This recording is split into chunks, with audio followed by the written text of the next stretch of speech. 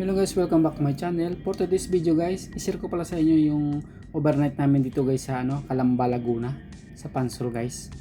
Kaya guys, let's go. So yun guys, kakauwi lang pala natin dahil nga isa tayong OFW. So yan, kailangan din natin guys ang banding para sa ating pamilya, mga relatives. Dahil nga ito yung napakalaga guys para sa atin. So at ayun na nga guys, nandito na nga kami dito sa Pansol, Laguna, sa pinaka resort guys. So itong resort na ito guys, maganda siya. Siguro good for 30 o to 20 packs. Pero ayan guys, nakuha lang namin ng mura ang resort na ito guys.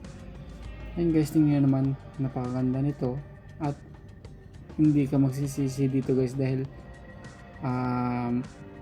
malawak siya itong resort na ito guys, dahil siya up and down.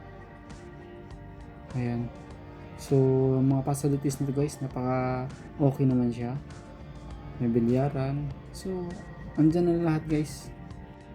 Actually guys, pinsan namin ang naghanap nito guys sa resort na ito dahil nga meron siyang kilala sa resort na ito guys, kaya ayan, pinatingnan namin, kaya nagustuhan namin guys at pina-reserve namin dahil nga magandang resort na ito.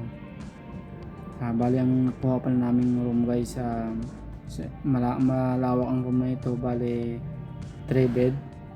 Ayan, kompleto naman yan sa loob guys, may CR na, tapos ang isa 4 bed, may CR rin sa loob guys. Kaya siya guys, I mean maganda talaga siya.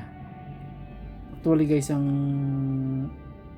resort na ito malaki to guys, mayroon din silang mga double deck dun sa kabilang side.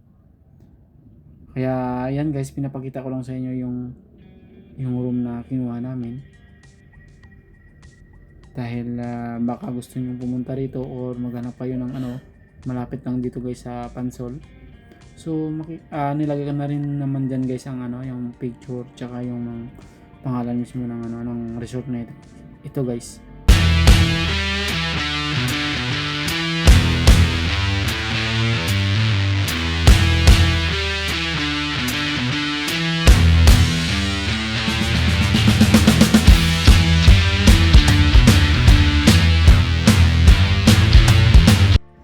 By the way pala guys, nagdala pala kami ng sarili naming pagkain dito.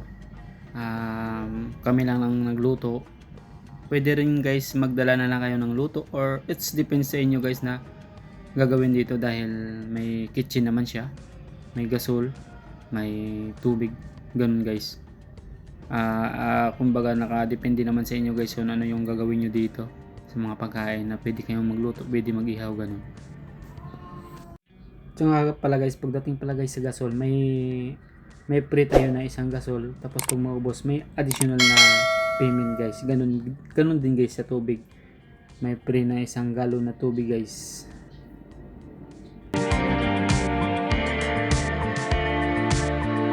Ang kagandahan lang pala ng resort na ito guys, mataas ang pwesto niya at makikita mo yung pinakabundok at palibot nito guys.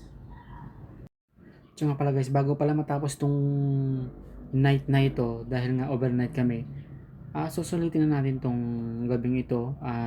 Naligo tayo, tapos siyempre nagpicture tayo guys, para at least may remembrance tayo sa resort na ito guys.